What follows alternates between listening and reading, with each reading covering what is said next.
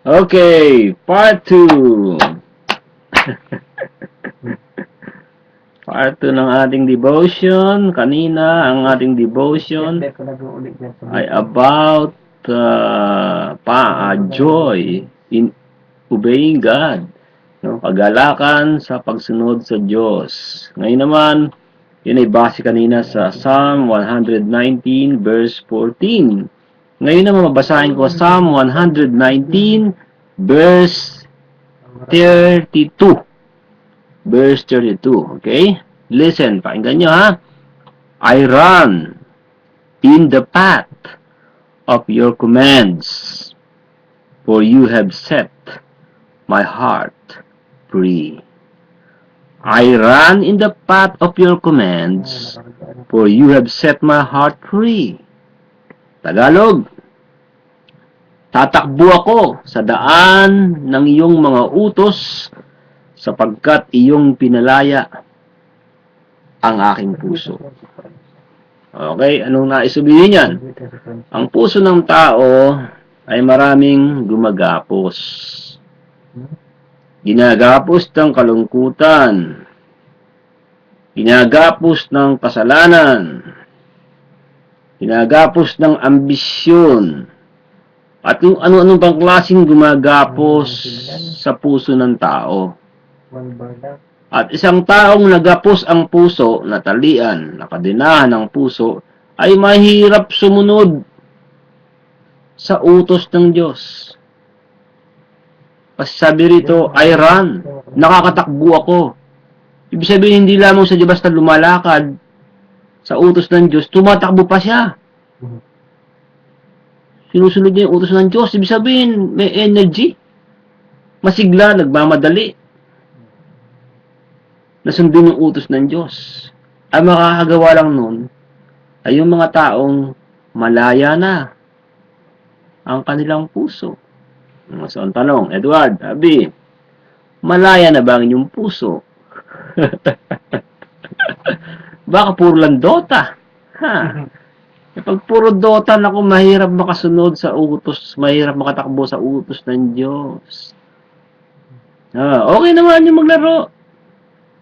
Basta ilagay lang sa ayos sa lugar.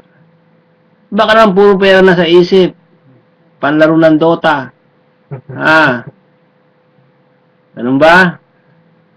Pag ganun yun, pag ganun yun, puro isip, kailan kayo magkakaroon 10 pesos, 20 pesos, panlaro ng Dota. Mahirap makasunod niyan. Pag ganyan. Ano? Signal pa. Kaya kailangan maging malaya yung puso. Ngayon yung kalayaan ng puso, sabi nag-record ako na nag-record, marami na ako nasabi. Yung pala, hindi ko pala na-start yung recording. Bihira yan. Ano ba yung sumabay yung isang to? Uli sinabi ko kanina. Ano ba yan? Sumabay? Okay, ulitin ko. O, teka muna, pinatay ko yun. Pinatay ko yun, pambira. Nakabukas pala isang window, yung video inuna ko kanina. Tapos sumama, pambira. Nagulo tuloy itong record na to.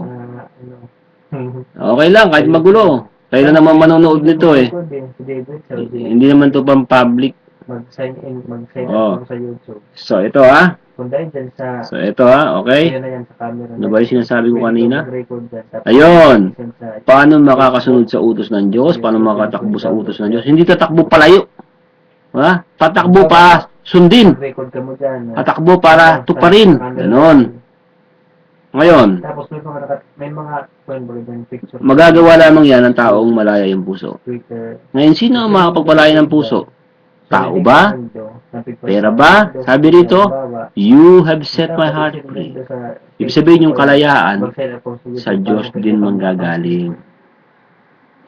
Diyos din ang papalaya. Mukhang natigil na naman. No? Ulitin ko, mukhang natigil eh. Diyos din ang magpapalaya. So, yung makakasunod lamang sa utos ng Diyos, yung mga malaya ang puso. Sino ngayon ang makakasunod? Yung malaya ang puso. Okay? At sino magpapalaya ng puso? Diyos lang. Hindi tao. Diyos lang. Hindi, man. Hindi mo rin kaya. Hindi rin kaya ng Ano daw sino kung man, mag-ilusong mahirap. ka agad yan? Kung bakit ginagawa? Pero pag Diyos kumilos, mapapalaya yung puso. At pag malaya ng puso, makakatakbo, masusunod ang kanyang utos. Amen. Amen to what? Abi, amen. Okay, God bless you. Baka, Love you. baka nare-record yung doon. Iyan, pang